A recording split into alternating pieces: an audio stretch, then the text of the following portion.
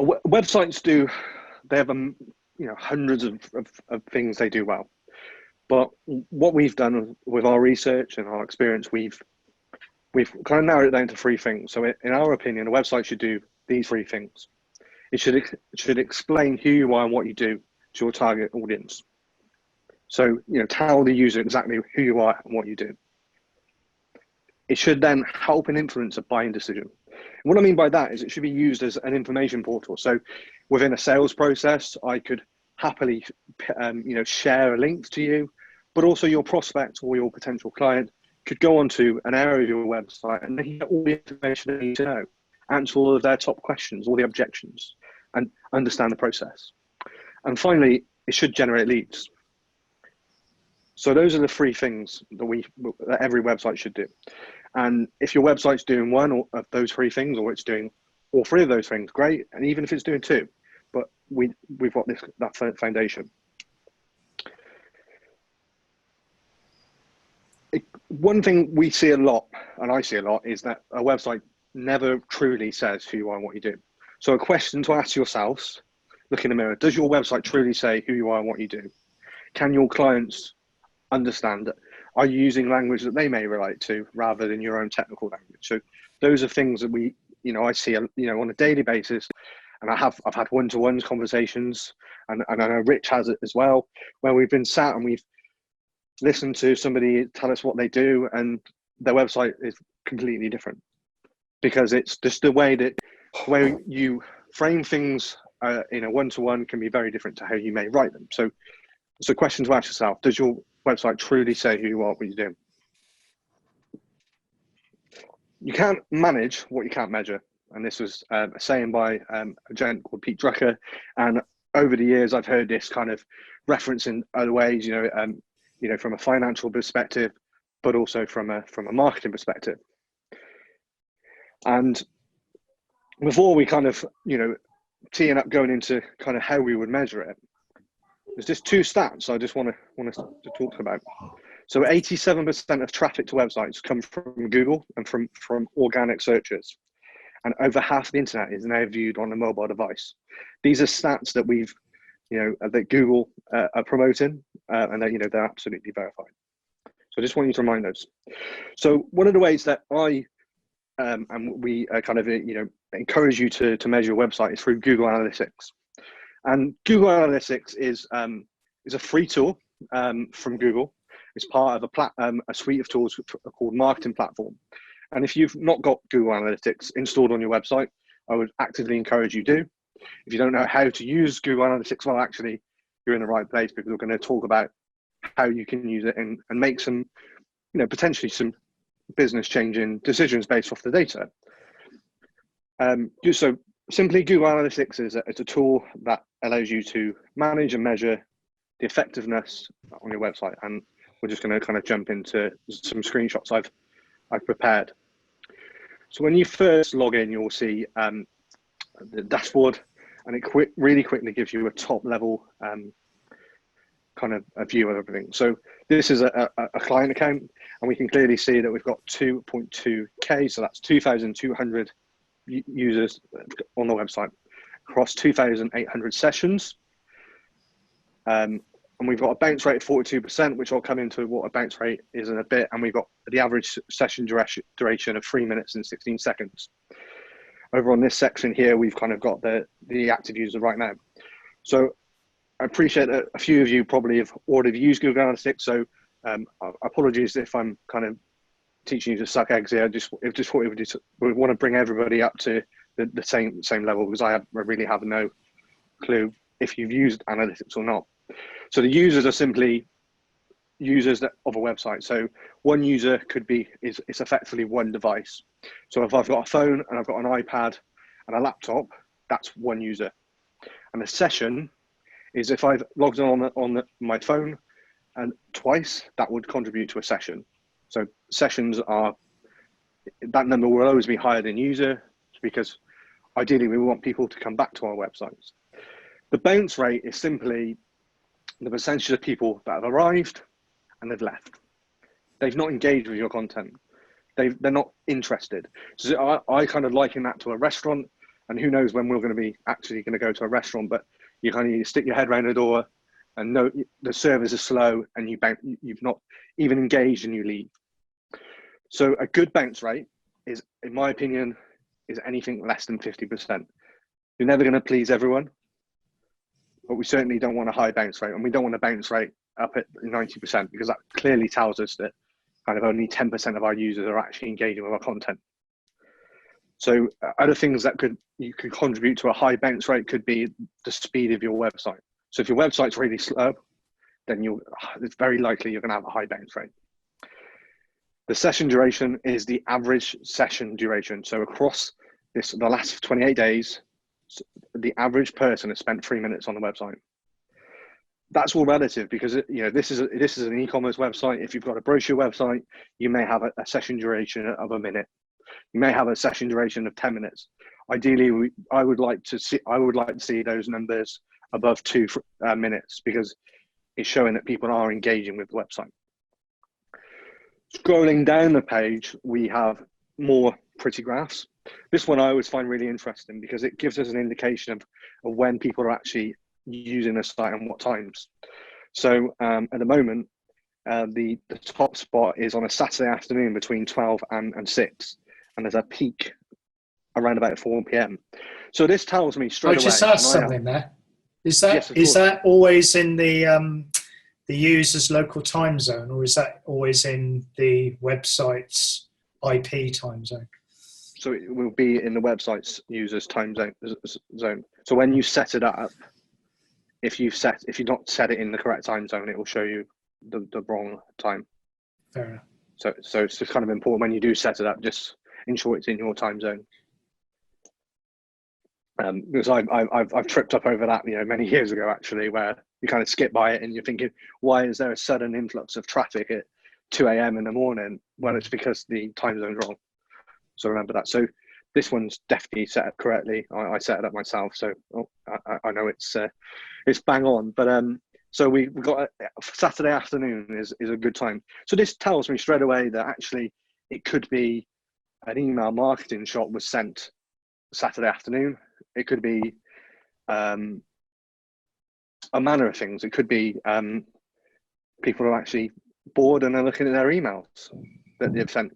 But also tells me that on a Tuesday morning, probably not a great time to view the website. So could we encourage that by sending a follow-up email at that point? This one is the sessions by country. So these are IP. So the countries associated to an IP. I think it's really good to keep a handle on this because if we've got a sudden spike of traffic from a foreign IP, then we need to investigate that. As we expect as a UK-based business, that 90% of that traffic is from the UK. And then the other graph is the top devices, and this is really important on a number of levels to understand what devices are being used, because as I mentioned earlier, over half of traffic is viewed on a mobile device. So we need to ensure that our mobile devices, the website is well polished, is well optimized. Within here, we can drill down, we can find the exact phone, the exact screen resolution that's the most popular. So if it's an iPhone 10 or an iPhone 11 or an iPhone 8, we can ensure that the graphics are absolutely optimized to that screen size. QBD, and most websites are certainly built in a responsive ways where the website responds to the size of the screen, but that can only do, that does kind of like 8 out of 10. You still need to go and apply that layer of kind of gloss on top to ensure that it looks the very best it can. So I would always encourage you to know where your top devices are. Usually in a B2B scenario, I would see more desktop than mobile. But actually that trend is going the other way. I mean, even looking at kind of QBD's analytics, we have a higher, certainly recent higher peak of mobile traffic over desktop, whereas before it was purely kind of desktop. Is that changing a bit? Is that changing a bit with COVID, with people at home a lot more being on their laptop and stuff like that? I mean, people are online more. I think for me personally, I've probably been using my phone more than in the evenings rather than my laptop. Whereas before, I would I'd finish a day's worth of work and I wouldn't touch a device because I think we're seeing certainly more mobile devices as a result of it. But again, it's relative. I mean, based on this account, this one is had we've actually been running Facebook ads to this data. So you would argue that because we've used Facebook ads as a traffic source, that mobile is going to be higher anyway, because generally we view Facebook on our phones rather than a laptop. But it's all relative. I mean, it really depends. So as I was saying, I think it's just really important just to kind of understand at the very least where your traffic, what devices the traffic's being viewed on. I'm kind of glossing over some of the features within analytics because it's such a powerful and vast tool. So for me, I only use the bits that I think is relevant to you. So the next bit, this is taken from the acquisitions screen. So this is where your users are coming from. So we can clearly see where the traffic is coming from. We get the individual kind of bounce rates. So we can see that actually, they're all really good bounce rates, but social media, 70% of the traffic are engaging. There's only 30% of people that aren't, which is a good bounce rate. We also, this particular account has a goal and a conversion setup, which I'll come on to in a little bit more detail in a second. But you can see from social media, there's been almost a 4% conversion rate, but organic and direct traffic are the clear winners because we got a 15% conversion rate and a 12% conversion rate. So, and then we can see that referral traffic. Yes, the source is much lower, but you could arguably say that the bounce rate. But these numbers are, I wouldn't be. I think they're very good, and I wouldn't be too concerned with these numbers. So goals and conversions. Actually, before I go into goals and conversions, with social traffic, we can actually drill down further.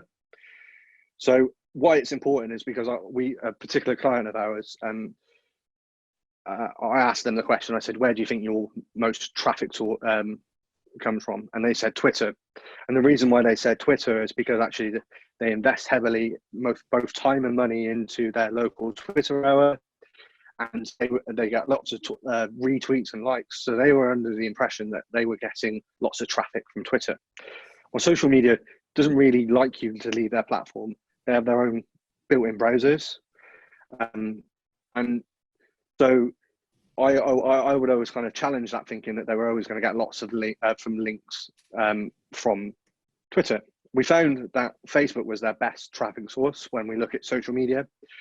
So they were able to adjust their efforts into Facebook, and as a result, they started to get more traffic to their website through Facebook, and actually they were getting clients from it because they were able to make those tweets. Again, it's all relative. It all depends on your audience. You may have a captive audience on Instagram, so that's where you should put your effort in. So it's all relevant. And I would absolutely encourage speaking to Rich about social media and which is the best platform for you, because what he doesn't know, it surprises me. So coming into kind of goals and conversions, we can actually set up goals. I've used a e-commerce site because I think it's a little bit easier to understand and envision what you can do with goals. So with this particular account, we set up add to basket goal, so we can see last 28 days we've had 560 people have added to basket, in which people have done 58 people have gone to the checkout. Of those 358, 208 of them have been new customers, and we've got 106 complete orders. So it's a bit like a funnel. You're never going to have 560 add to baskets and 560 checkouts. So this data you could interrogate and say, well, why are people not converting? Could it be that it could be a manner of things? It could be their cost of postage and packaging was too much. People were just adding it to the cart because with the intention to buy but not to buy. We do that. Or they just got distracted. These things, do happen.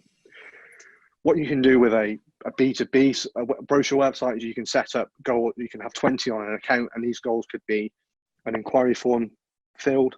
It could be a duration on a site. So a goal could be that you want people to be on your website longer than 5 minutes. And you know, I've got clients that have got goals like that. Your goal could be to download a particular PDF. So you can do quite a lot with goals. But it also helps you put a financial, to work out that return on investment, because it's important to work that out too. So then we come into the manage and measure. So it's great being able to access your Google Analytics if you've got it, and it's great to be able to to know what's working, what's not. But it's important to know what we can do to improve. So what can I do to improve my bounce rate is a really common question. And as I said, it's a number of things. It could be down earlier, I said about your website speed. It could be your content, your first initial message isn't engaging enough. Could be a manner of things. So it all depends. And as we said earlier, we're happy to have, conversations offline, to kind of look at, why your numbers and go for all of this. It's a question I put in here deliberately. What do I do if my bounce rate is low but get no contact form submissions? And I remember having a conversation with a client who had a few hundred visitors on their website a week. They were spending about 5 minutes on the site, and the bounce rate was 7%. And he said to me, Liam, I'm getting no inquiries. Can you have a look? And I said, yeah, no problem. And at first it really stumped me, because actually the website was okay. It did say who he was, what he did. It had good content. There was call to actions everywhere. That's another thing. You have to tell the user what to do as well. So if you don't tell the user, you need to get in touch or what the process is, they can't follow that. So again, his site had all of that. It turned out that he had a duplicate install of Google Analytics, and that's really easy to do with WordPress, because you can have the Google plugin and you can have a third-party plugin, and the numbers were distorting. So he was getting completely the wrong picture. When we actually looked at his numbers again on just a one tracking code, he was only getting 3 or 4 people on his website a week. So he had a very different problem to solve. He then needed to drive traffic. Another question I get asked a lot is, my traffic sources are only from direct, what can I do? And there are things to do, and I'm going to go into that now. So how can you drive traffic to your website? So this is something kind of practical that I wanted to bring in. So there are, you could Google how to drive traffic to your website, and you will get hundreds and thousands and millions of different ways you can drive traffic. And for the ease of my small brain, is I've split it into 2 ways: organic and paid. So organic, still have to pay for it, but it's comprised of all of these things. So search engine optimization, sharing of documents and resources, social media, white papers and ebooks, email marketing, PR news articles and guest blogging, podcasts, forums, networking both in person and of course at the moment online or virtual. Video is a great way to drive traffic, and webinars like today. These are all ways you can drive traffic, but it's worth remembering the stat that I said earlier: 80%, 87% of traffic comes from organic search. So that's SEO. So it's really kind of, we need to remember that one. Or the other way we can drive traffic is we can do it through paid. And that's, Facebook ads, which is, we get some incredible results with that. Google ads, again, you can get incredible results. YouTube, you've got the Google Display Network, Facebook Displays Network, you've got LinkedIn, you've got Yahoo, you've got and ads. They're all different ways you can do it. Just probably my steer is actually, you need to kind of understand what's your best traffic source today, and also decide which one you're willing to commit with, just to kind of and master. Because we've also got to remember that, again, I'm repeating myself, and I've repeated myself deliberately, 87% of traffic from websites are from Google. So it can be very, very easy to get distracted and spend a lot of time on areas that aren't driving traffic. And of course, over half the internet is viewed on mobile. So I'm kind of going back to these ways. Again, just to kind of, just so you have these, again, these PDF slides will there, but which is the most effective way? And if I can just invite Rich in just to talk about kind of social media as a kind of a drive-in, as a tool we can use to kind of drive traffic. I mean, I know I'm kind of partly putting you on the spot here, but could you just kind of give us a few kind of tips on who we can drive traffic for using social media, not necessarily using kind of paid traffic? Yeah, of course. So obviously with social media, you can post links to your website. The thing to remember with social media is almost to try and mix it up a bit. As Liam said earlier, ultimately the social media channels don't really like you going off their platforms and visiting other websites. They'd rather you stay, Mark Zuckerberg would rather you stay within Facebook's little ecosystem all your life so we can get all your data from you.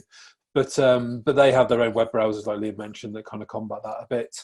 The thing that we would kind of recommend if you are trying to get more clicks to your website from social media is to look at how your website looks when you're sharing it through a link. So you may have noticed this if you go and get a URL link from, say, like one of the top like newspaper websites, or say like the BBC, and you share that link, the preview of that website gets pulled through the photo. There's a nice kind of cropped photo. The header at the bottom of the image is all nice and set because those websites are now geared up to be shared on social media.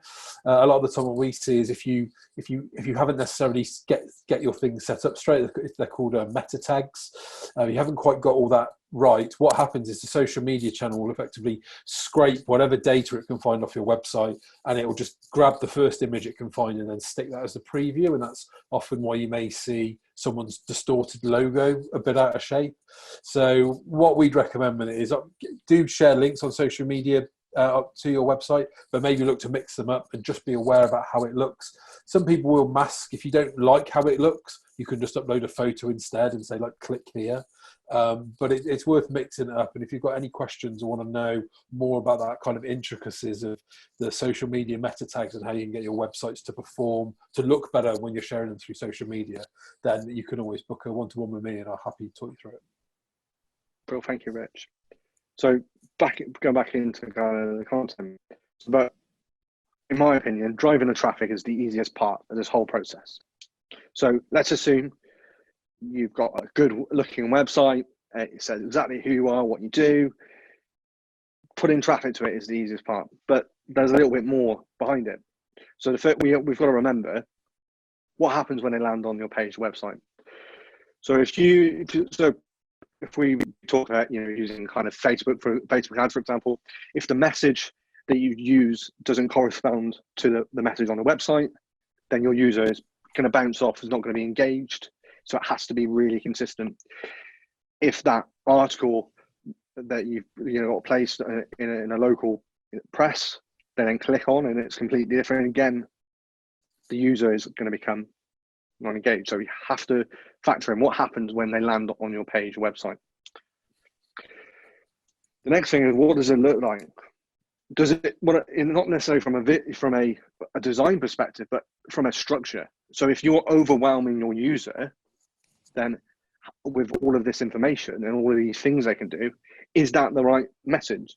So, or are you kind of defining problems that potentially don't even exist at this stage? So we've just got to be mindful of those. What does it actually look like? And then is the message clear? So going back to again, is that message clear? So kind of coming to a close. So what I've covered today is the purpose of a website, so a few ways we can measure the website with some metrics and some traffic sources, and also hopefully some prompts and ideas on how you can improve and drive more traffic to a website. And before we go to any questions, again, we are going to provide a PDF of all of the slides. We'll send that by email over the next day or two. And again, it is completely free to have a one-to-one with Rich and I about any of these subjects. And next week's how-to is how to create great social media content.